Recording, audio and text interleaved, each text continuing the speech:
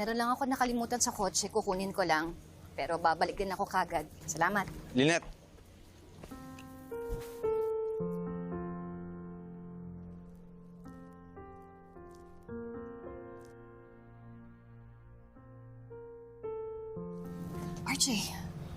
RJ, anong ginagawa mo? Lynette, hindi ko na kaya itago at pigilan yung nararamdaman ko. Kaya bago mahuli ang lahat, gusto ko lang sabihin sa'yo na mahal pa rin kita, Lynette. RJ, alam ba kung anong sinasabi mo? Alam ko ang sinasabi ko, Lynette. Dahil galing yan dito sa puso ko. Marami nang nangyari. Nakalimot man ang utak ko, pero kahit anong gawin ko, hindi kayata makalimutan ng puso ko. Nagkamali na ako minsan, Lynette, na hinayaan kitang pakawalan. At ayoko nang mangyari yun. Ayoko nang pagsisihan na wala akong ginawa para ipaglaban yung nararamdaman ko para sa'yo. RJ, magpapakasal na ako kay Carlos. Kaya pwede ba, tumigil ka na? Lynette, wala ka na ba talagang nararamdaman para sa akin? Please, Lynette, huwag mo na ituloy yung kasal mo kay Carlos. Ako na lang piliin mo.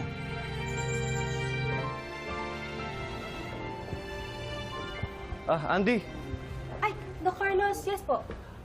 Si Ma'am Lynette mo, nakita mo ba siya? May kukunin lang daw po siya sa sasakyan. Sige. Thank you. Doc, Annalyn.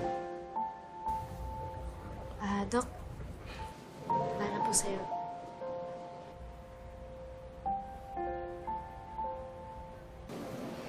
Nakita ko po yan nung nagka-conference po ako sa Tagaytay last week. Naisip ko po na ibigay po sa'yo yan bilang advance wedding gift. Kaso po, wala pa pong perfect timing para mabigay ko po yan eh. Pero dahil nga po, dami na rin pong nangyari, naisip ko, ito na po yung perfect moment para mabigay po sa inyo. Gusto ko po sana na suotin niyo po yun sa kasal niyo po ni nanay. Maraming salamat, Annalyn. Ibig sabihin ba ito, pumapahig ka na sa pagpapakasal namin ng nanay mo? Yung una naman po, Dok, alam niyo naman po hindi po ako kumukontra eh. Madami lang din po talaga nangyari. Gusto ko po sanang humingi ng sorry, Dok, dahil pinagdudahan ko po kayo. Pero naisip ko po kasi na tama po si nanay.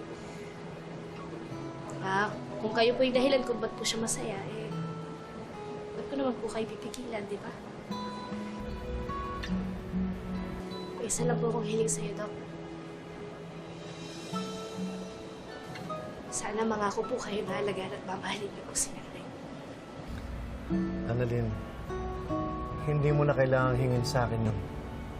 Dahil aalagaan ko ang nanay mo. Dahil mahal na mahal ko siya. Salamat, Annalyn.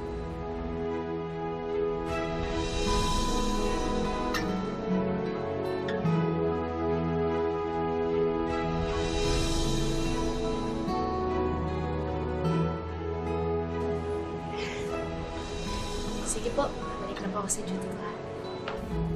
Sige, Annalyn. Salamat dito, ha?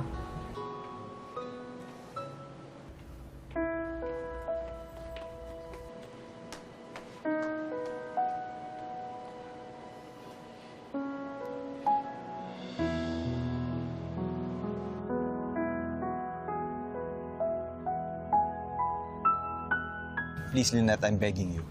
Huwag mo na ituloy yung kasal mo kay Carlos. I will do everything to have you and Annalyn back. RJ, hindi ko kaya saktan si Carlos. Mahal ko siya. At magpapakasal na kaming dalawa. Wala ka na bang nararamdaman para sa akin? Hindi mo na ba ako mahal? RJ, bakit mo to ginagawa sa akin? Lynette, kapag sinabi mo sa akin na hindi mo na ako mahal, titigilan na kita. At magiging masaya na ako para sa inyo ni Carlos. But please, Lynette, just be honest with me. Sabihin mo sa harap ko na hindi mo na ako mahal.